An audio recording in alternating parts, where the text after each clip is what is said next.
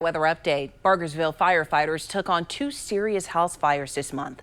They soon discovered both fires were started by the exact same thing: space heaters. WRTV's Taj Simmons shows us how you can use your heater without worrying about a fire.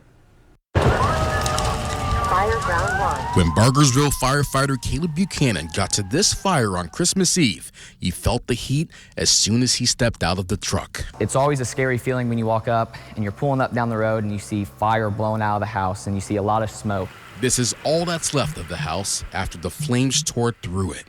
All of this damage was caused by this small appliance, a space heater. I think that we underestimate the power of them and sometimes underestimate how close we have things to them that are flammable that could cause a fire. Bargersville firefighters know the dangerous power of space heaters a little bit too well.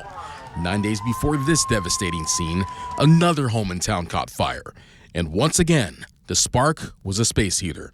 Buchanan hopes the space heater fire counter stops at 2. It's not only scary for you, it's scary for us as firefighters going in, doing a search in almost a blackout condition, trying to find victims to save you and get you out of your house. Thankfully, the families in both fires made it outside safely. If you have a space heater, the fire department has a long list of tips to avoid a scene like this. Keep them 3 feet away from everything. Do not tip them over. And most importantly, only use it when you can watch it. When we leave them unattended, we leave them plugged in and running for multiple hours at a time, that can lead to obvious fires and bad things happen. It may not feel like it this winter, but the weather will get cold. It's okay to use a space heater when it does, but be careful with them so that they don't bring too much heat to your house. In Bargersville, Taj Simmons, WRTV. Taj, thank you. The fire department believes the families made it out safely partially because they closed their bedroom doors, which can stop fires in their tracks.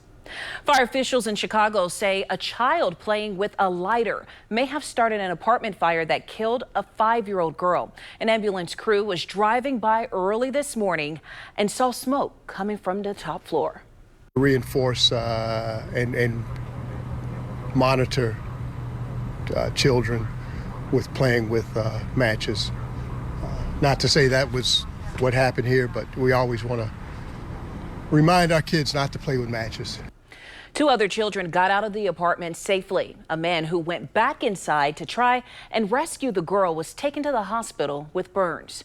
Officials in Kokomo say a woman found dead after a house fire on Christmas died from blunt force trauma. The Howard County Sheriff's Office says a person of interest is in custody.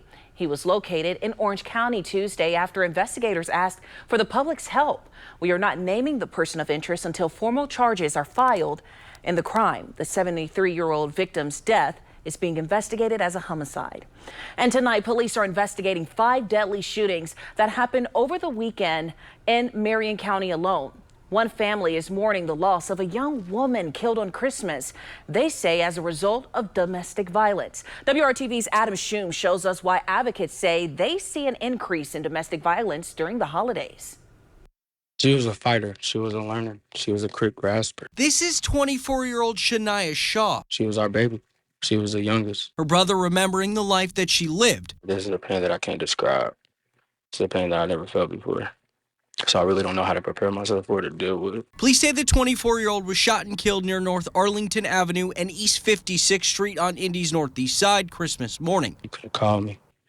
He could have brought my baby back. He could have told me to pick her up 3 o'clock in the morning, come get her. I'm there. You didn't have to do that. Her family says she was a victim of domestic violence. Police arrested a 24-year-old man in the case. He is facing a murder charge. Y'all know what red flags I'm talking about. Leave that. Stop trying to see the potential and this good that y'all see in yourself and these other grown men. Because y'all kids need y'all. Y'all family needs y'all. And I'm telling you, there's no love worth that. On average, domestic violence increases about 20% during the holiday. Laura Berry with the Indiana Coalition Against Domestic Violence says the uptick could be tied to families getting together or financial stress. In domestic violence cases, it's the use about power and control over another person to either cause physical harm, intimidation, coercion, anything that can escalate up to serious physical violence. Berry urges anyone who may be in an unsafe situation to call for help. For Shaw's family, they know they can't replace the love that she brought into their lives. replace her. Her love is a one-time love that they only get one time. In Indianapolis, Adam Schoombs, WRTV.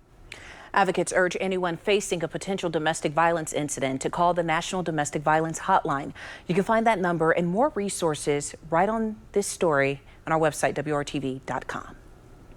State agencies are working on identifying remains found last week at a site of the future 11 Park complex in downtown Indy. Well, the development is underway on the former Diamond Chain site, but before that, it was Green Lawn Cemetery. Historians say it may have held thousands of people. The development company behind the 11 project, Keystone Group, says crews came across fragments of human remains on December 22nd.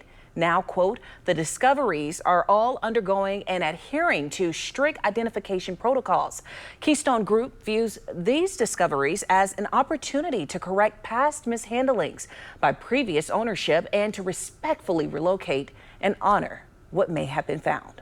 If we're going to develop on top of it, then go in and remove everyone. And there are systematic ways to go in and archaeologically evaluate a cemetery and then move everyone in a systematic fashion. Keystone Group says they are working with community organizations who look to honor the memory of those who may have been buried at Green Lawn Cemetery and are found during construction. They say as the project continues, an appropriate memorial will be included. A curriculum that focuses on kindness. We're taking you to a local preschool where kids are learning how to be good neighbors and give back to their communities. Joe St. George in Washington. Coming up, we look at how reproductive rights will be on the ballot in many states come 2024 and how it just might impact the presidential election.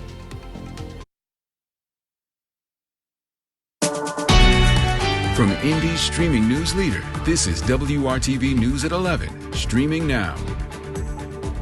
Acts of kindness can make a world a happier place, especially during the holiday season when some people may be feeling lonely or dealing with grief. Our Nicole Griffin visited a local preschool where kids are learning how to be kind while giving back to the community. Is that a ginger?